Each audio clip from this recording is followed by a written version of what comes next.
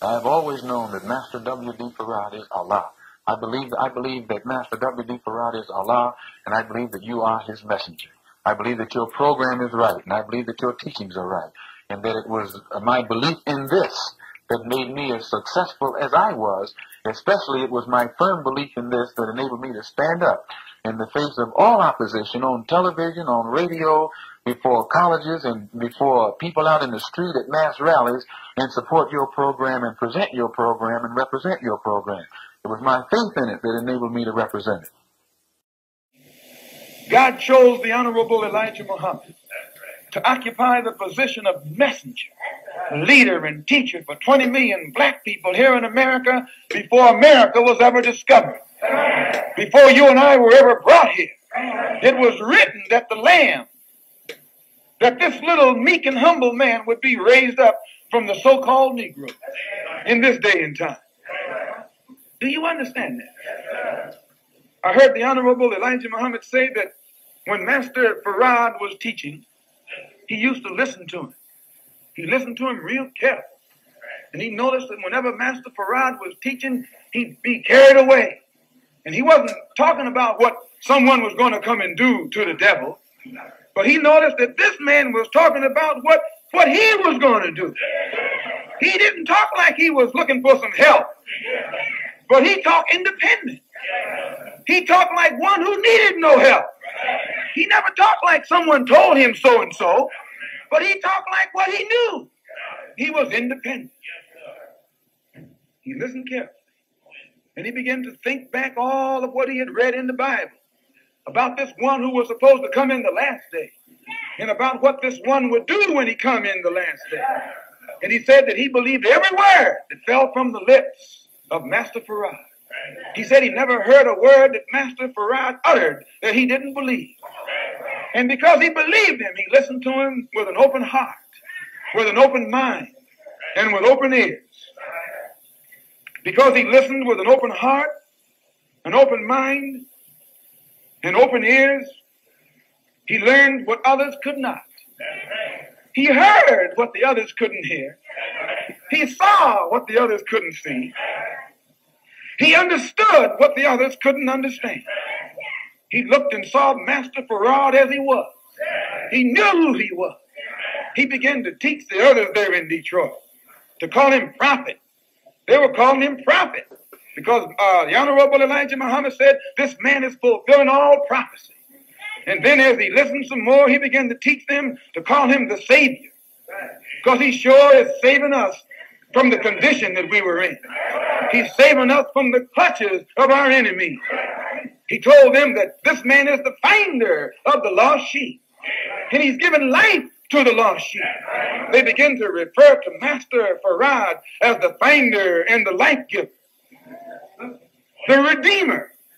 Those wherein you and I had once been taught and thought that the Redeemer was someone that was born 2,000 years ago. As the Honorable Elijah Muhammad listened to the teachings of Master Farad, he could see that the so-called Negroes, the lost sheep, needed redeeming from your and my enemy. And they could see that the teachings that was coming from the lips, the mouth of Master Farad was giving us life, was redeeming us from the clutches of this devil. He recognized him as the Messiah.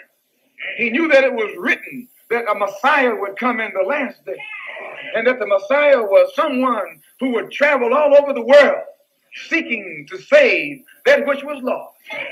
That the Messiah was one who was to come in the last day seeking the lost sheep, seeking the lost tribes who would be found in the house of Israel. He wouldn't be seeking to find the lost tribes of the house of Israel. You got it wrong. But he would be seeking to find the lost tribes who would be in the house of Israel. America is the house of Israel. This is the house of Israel. And you and I are the sheep that had been lost in the house of Israel. Do you understand? Those old Jews, those old blue-eyed things, those aren't no lost sheep. Those things have never been lost. They got all your money. They're your landlord. They're your boss. Right or wrong. You got a Jew who is the spokesman for the president. You got a Jew who's senators in the United States Senate. Barry Goldwater is a Jew. What is his name? Rivercorp is a Jew.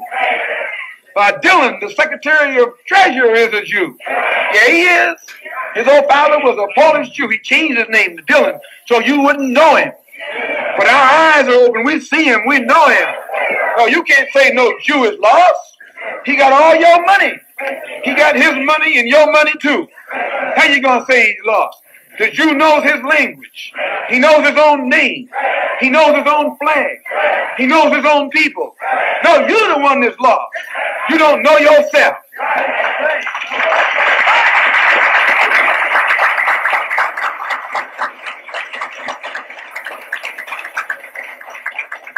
The Honorable Elijah Muhammad knew that the Messiah was the one who was to come in the last day.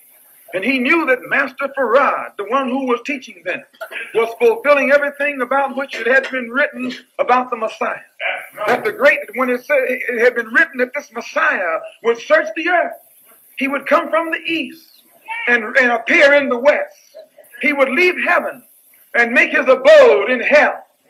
He would leave the place of peace and security and make his place and take his place in the house of bondage in the midst of his people. He would reveal himself in the house of bondage in the midst of his people. The Honorable Elijah Muhammad began to teach our people in Detroit that this is the Messiah. This is the Christ who was to come. This is the one who was to come and has come. This is the one about whom the Bible refers to as the second coming of Christ. He says that Christ only means a destroyer. The word Christ. And it's true, you can look in the dictionary and it will tell you that in other languages, Christ means a destroyer. This title is given to the one who's to come in the last day because when he finds his people in the clutches of their enemies, he's supposed to save them. He's supposed to separate them from the enemy and then destroy the enemy. So they call him the Christ. He's referred to in the Bible also as the destroyer of the Gentiles. Well, anybody who's been to school knows that a Gentile is a white man. Nothing but an old blue-eyed white man. I know some of y'all thought y'all was Gentiles too, but that y'all thought you was white. But a Gentile is a white man. You and I, neither Jews nor Gentiles. A Gentile is no good and a Jew is neither. You say, there you go, talking that old heat talk. No, the Bible says, the Bible says there's not a good Jew and there's not a good Gentile. Let me read it to you. Yeah, it says, there's no difference between the Jew and the Greek. Is this what I want? Yeah, no, I'm in the wrong. But there's no difference between the Jew and the Greek. They're all the same. In the 3rd chapter of the Romans, it says, for we have before proved both Jews and Gentiles. All are under sin. As it is written, there is none good. There is none righteous. No, not one. Pick up on that.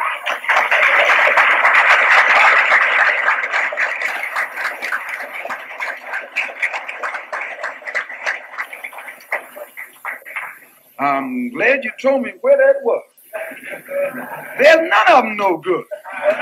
And over here in another place it says, in one of these Corinthians,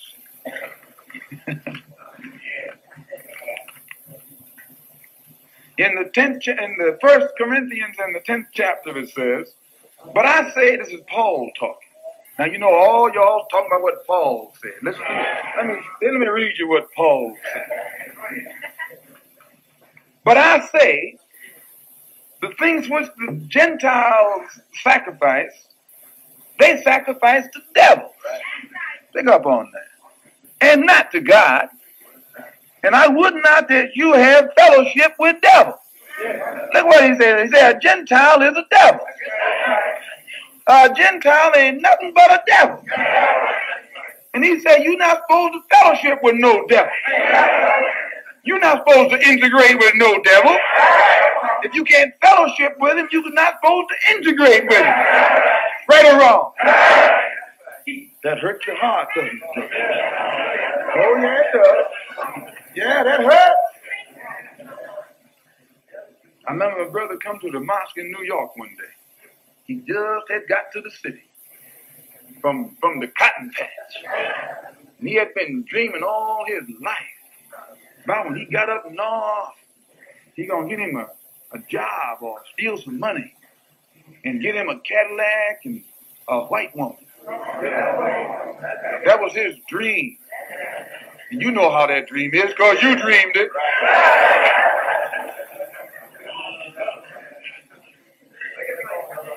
And when he got off the train, it happened he ran into a Muslim brother.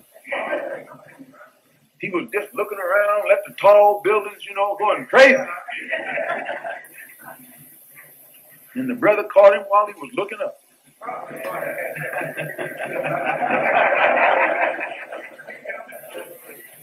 And brought him to the mosque. And that brother had spent his whole lifetime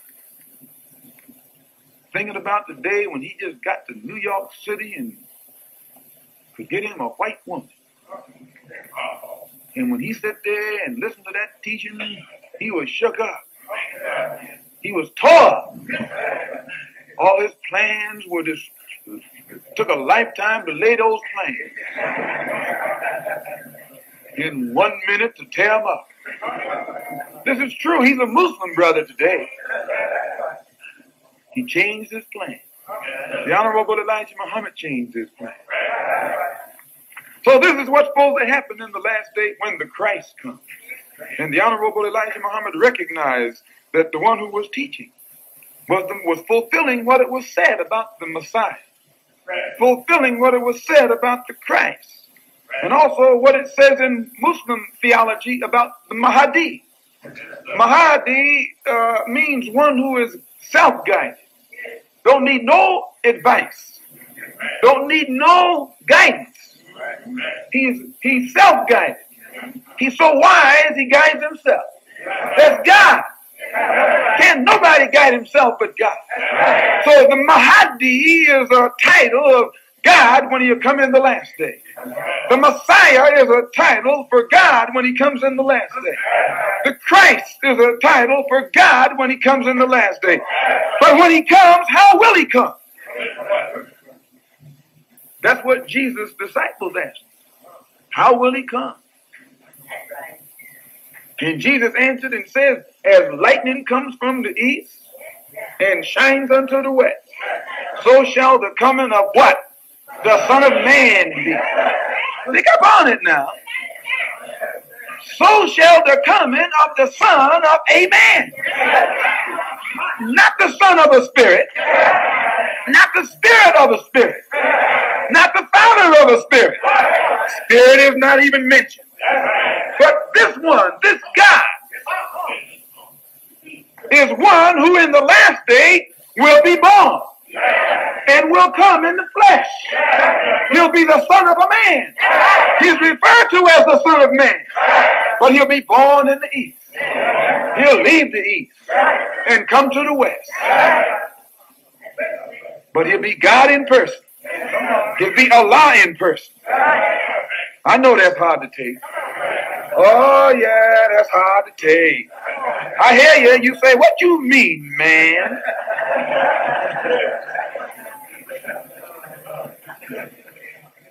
You seeing that God is born? You said Jesus was born. If Jesus can be born, can't God be born? You said Jesus was God. That's what you said.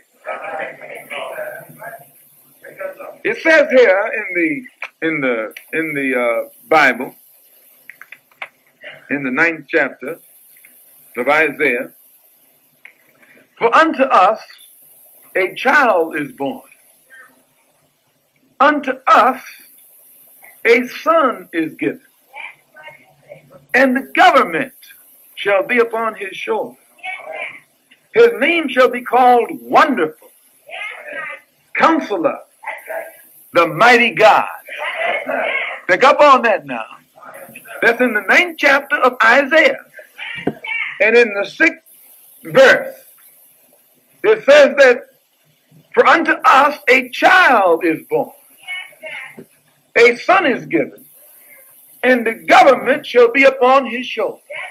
He's going to establish a new government, a new kingdom, a new world. This is what he's born for. He'll be born at the end of the wicked world for the purpose of establishing a righteous world. In fact, he will be born to destroy the world and create a new world. And his name shall be called Wonderful, Counselor, the Mighty God, the Everlasting Father, the Prince of Peace. That's beautiful, isn't it? And of the increase of his government and peace, there shall be no more, and there shall be no end. Now, you know, this couldn't have been Jesus. It said when he set up his government, there won't be no end to it. Jesus didn't get a chance to set up no government. They hung him on the cross. In fact, they nailed him to the cross. And he cried out, Lord, if there's any way I can get out of this, don't let it happen to me. Isn't that what he did? Yes, that's what he did. They say that Jesus got so scared, the book said that the sweat come off his brow. Didn't they call the sweat blood? Yeah, he's sweating. He was sweating, brother. You know, you sweating when you sweat blood. You sweating when you sweat sweat. This man sweat blood.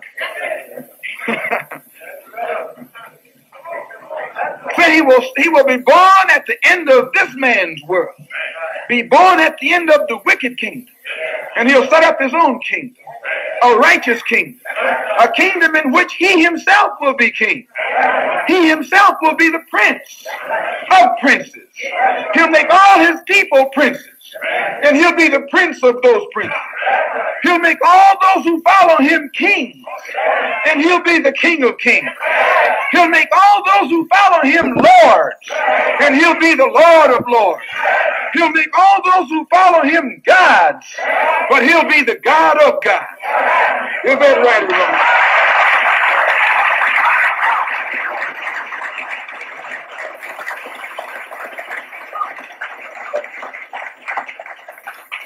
All praise is due to Allah. How will he do it? The book says when he comes and chooses one from the midst of these people, he will give that one a thorough knowledge of himself. He'll walk and talk with that one. He'll teach that one the secret of the Godhead. This is how it says. It says when he comes, he'll come as lightning from the east and shine unto the west. He'll creep in as lightning does under the cover of darkness. He'll come and go so fast you won't know he's been there until he's gone. Right or wrong? You don't see no lightning. You saw lightning.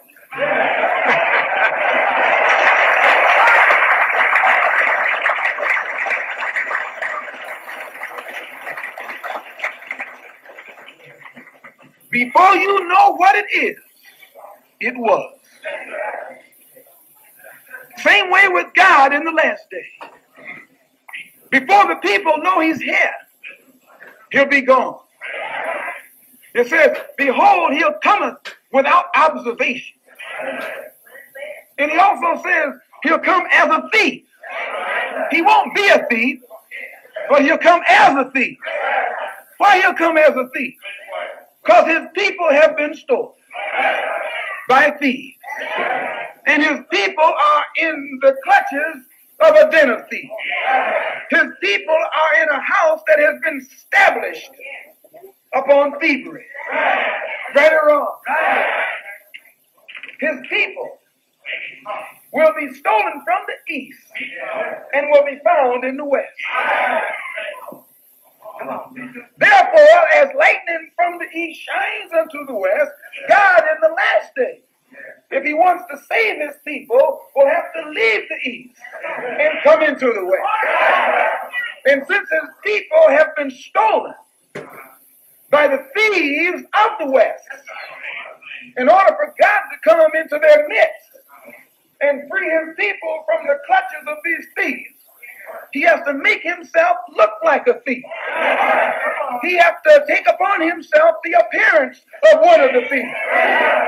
He can't come looking like his people. He can't come looking like his children. He can't come looking like one of the brothers. He has to come looking like the thief. So it says, behold, he cometh as a thief. He'll come as a thief, but he won't be a thief. But in order to come without observation, in order to come so he won't be observed and known by the thieves, he has to come as a thief. You all understand that?